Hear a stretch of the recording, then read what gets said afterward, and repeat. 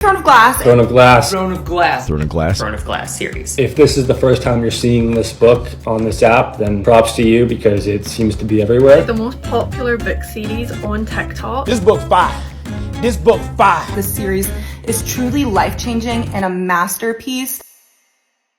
At the beginning of this year, I learned about this huge 8-book long series called Throne of Glass and how basically the entirety of TikTok loved it. And so I decided, why not give it a try? But little did I know, as soon as I would open up the books, how much I would enjoy it. That's right. Over the past year, I've read every single Throne of Glass book, including the 900-page finale, Kingdom of Ash. And without a doubt, I can say that it's one of the best book series I've read this year. And so in this video, I'm going to give my thoughts on every single Throne of Glass book to help you decide if you should give it a try. Throne of Glass is written by this author named Sarah J. Maas, which I think I'm saying her name right.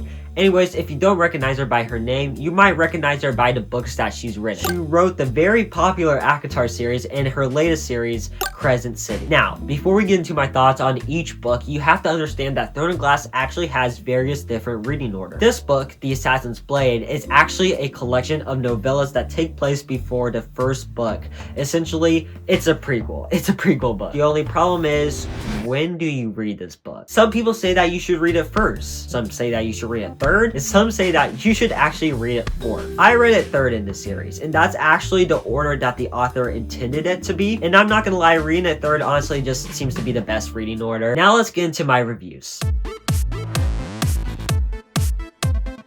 So in book 1, Throne of Glass, we meet this 16-year-old assassin named Selena, who has just been put into prison by the kingdom. Except now she's being pulled out by this prince named Dorian to compete in this competition to become the king's champion. And while she's training for this competition, she learns about these dangerous dark forces that are coming to take over the kingdom. Essentially these secrets that are inside the castle that no one knows about. So around 10 months ago, I actually made a video where I read this book for the very first time. And I'm not gonna lie, I just loved it, okay? I don't know why I compare it to Harry Potter, but for some reason it just seems very right. I don't know. For Harry Potter, I just remember getting so lost into the characters, the plot, the story, and I couldn't help but feel the same way about Throne of Glass. Characters are super likable, the story is well paced, the plot keeps you intrigued. And so that's why I had to give Throne of Glass 5 stars. It was such a great start to the series, and as soon as I reached the climax, I was like, oh my goodness, I have to read the rest of the 7 books. So of course, as soon as I finished Throne of Glass, I went straight to Crown of Midnight. In book 2, Crown of Midnight, Selena is officially the king's champion. But now that she learned about the somewhat dark secrets that are now going on in this castle, including one that could possibly threaten the entire kingdom, she is secretly working against the king while working for the king. In this book, she faces a lot of betrayal, a lot of loss, a lot of friends, and honestly leaves us a bunch of unanswered questions about her as a person. But that gets answered in the prequel. Towards the end of this book, we learn that actually Selena is Fae. That's actually a secret she's been keeping for so long. And she's actually the long-lost queen of Tesserand. And her Fae identity name is Aelin, which is, that kind of just sets up the rest of this series for you, alright? This book, I think I gave it 4.5 stars. Oh my goodness, it's just like the perfect sequel, okay? A lot of people say, oh, the sequel doesn't live up to the hype that the first book or the story of the first book, but honestly, man, Crown of Midnight was just the perfect sequel, okay? A lot of sequels are very quick to get to the rest of the series, to the end of the series, but Crown of Midnight takes its time. It introduces us to the characters a little bit more, and then it introduces us to the world, to the plot, to the actual, like, juice of the story of the whole entire series, basically. Honestly, the ending to this book was actually just so insane. I almost teared up. But I still have a bunch of unanswered questions about Aelin or Selena. Like, why does she have so many trust issues? Like, why is she so hesitant towards these friendships with these other characters? And that all gets answered in the next book that I read, the prequel novellas, The Assassin's Blade. So, The Assassin's Blade is 5 novellas, 5 short novellas, okay? They all take place before the first Throne of Glass books, one of them actually taking place right before Throne of Glass. And so this basically is essential It's a prequel. It's a prequel. It's a prequel. It's a prequel collection of novellas. We really get a lot of insight into Celaena's personality, why she has trust issues, why she is the way that she is. And the reason why this is so essential is because it introduces us to characters that get brought up in future books. And bro, I'm not gonna lie, I actually really enjoyed The Assassin's Blade. I don't know what it was about it, but like, there's just all these mini adventures. I just remember enjoying this book just so much. It was so cool to get my questions answered, first of all, but also just like these mini adventures were just so intriguing, so fun to read. And so I think I gave this 4 stars. I actually really enjoyed this one. This was a pretty good book. This was a pretty good book, okay? In book 3, Heir, Aelin goes off to learn more about her Fae heritage to help her embrace her magic. She meets a new character named Rowan who helps guide her through all that. He's Fae as well. And we also get introduced to this new character, Manon, and get a POV of her, basically. I don't know what it was about this book. Actually, I do know what it was about this book, but it was just so slow. I just remember this being such a pain to get through. One, because it's the longest book I've read in the series up to this point, and it just felt so much like a side quest. Like, there wasn't really that much action. We get this new POV without any proper introduction. It just was so painful to get through. Now, after reading the rest of the books, yes, this book is very essential to the series, and it is essential to the entire plot, but definitely when I was reading it, it didn't feel like that. This book is essentially just one long training montage, if that makes any sense. I gave this book 3 stars.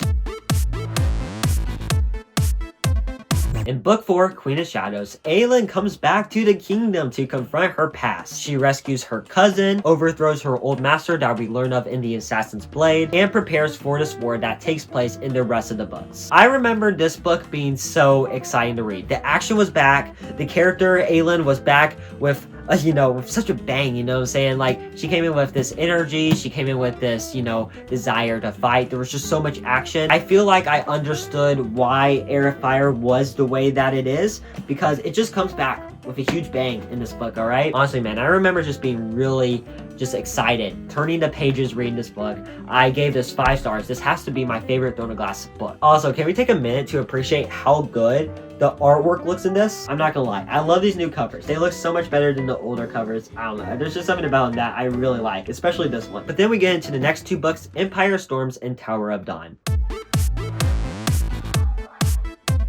Now, the reason why these 2 books are talked about together a lot is because they actually happen at the same exact time. Empire Storms follows the main character Aelin's POV, and this book follows another character, Kale's, I think I'm saying his name right, his POV. And so because these books happen at the same exact time, some readers made a tandem read chart to basically where you can read these 2 books at the same exact time. A lot of people prefer to do it that way.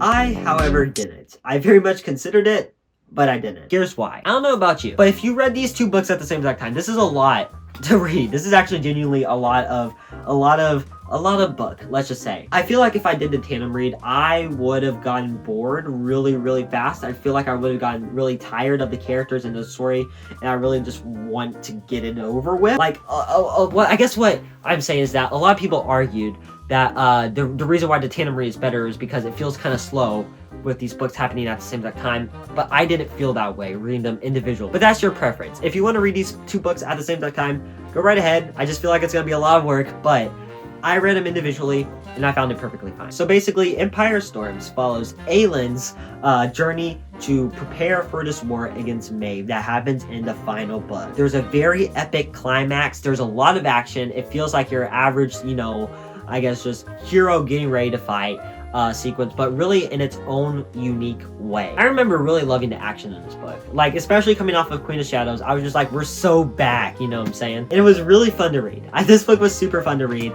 The climax was like, whoa, that's a crazy climax. And of course, it leaves on a cliffhanger where the next book, the final book, Kingdom of Ash, begins. And so I can definitely see why people, like, coming off of the cliffhanger that happens in this book, really wanting to get to Kingdom of Ash and then seeing this book is in their way. But no, trust me, because when I got onto Tower of Dawn, I actually really enjoyed this book over Empire of Storms, which is actually kind of crazy for a side character's POV. Let's just say that. So this book was originally supposed to be a novella. It was originally supposed to be a novella that was going to happen between Empire of Storms and Kingdom of Ash, but the author loved the story so much that she decided to turn it into a full-length book. And definitely, I can see that whenever I was reading the book. I was like, okay, this feels like a side quest. You know what I'm saying? This feels like, you know, that episode of a TV show or that part of the movie, whatever, the characters break into two and they have to go on their own. You know what I'm saying? So I gave this book 5 stars. And now, guys,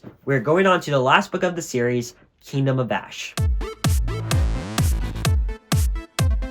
Now, I am not going to summarize Kingdom of Ash because I genuinely want you to experience this book for yourself. It's the end of the book. It's the climax of the entire series. Like, that's pretty much all I gotta say about it, okay? There's also a lot of things that happened in this book, and so it'd be really hard to summarize it. I was really intimidated by Kingdom of Ash because, one, this book is over 900 pages long, okay? And so I was like, bro, is this gonna be a really slow book? Is this gonna be a really fast book? Like, how's this gonna go? And I was pleasantly surprised to learn that this was a really well-paced book. The reason why it is the length that it is because it packs so many POVs into this book from all the different characters that are being introduced, what they are doing. It literally took 100 pages to get me up to date with like what all of the characters are doing. Actually, I checked and there are around 11 POVs that happen in this book.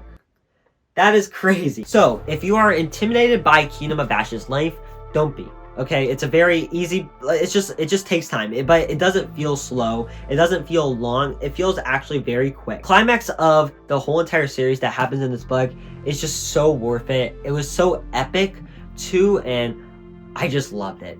It was such an epic conclusion, bro. I think it was the perfect conclusion for this entire series. I was really sad to see this series end, but also at the same time, there are 8 books in this series, and so I'm like, I'm not that worried about wanting other books. But if you get the Kingdom of Ash, finish the series, it definitely feels like, okay, this is the grand finale. This is the grand conclusion, and the conclusion feels big. And I had to give this 5 stars. So there you have it. There's my reviews on every single book in the Throne of Glass series. Oh my goodness, I was so sad to see this series end. I didn't want it to end, but also at the same time, these are really long books. This is a really big series, and so it kind of makes sense that I had to end at some point. I definitely recommend, especially if you were a fan of Harry Potter and you want something a bit more advanced, something a little bit more big, I think you would very much enjoy Throne of Glass. Series seems long, the series seems intimidating, but I promise it's really not. If you have read Throne of Glass, or you just started the series, let me know down in the comments what you thought of it. I'm curious to see what your thoughts on Throne of Glass so far, or if you finished the series, are. And definitely subscribe, because this year I'm going to be posting way more long form book content and also some shorts, so just stay tuned for that. I think that's all I got.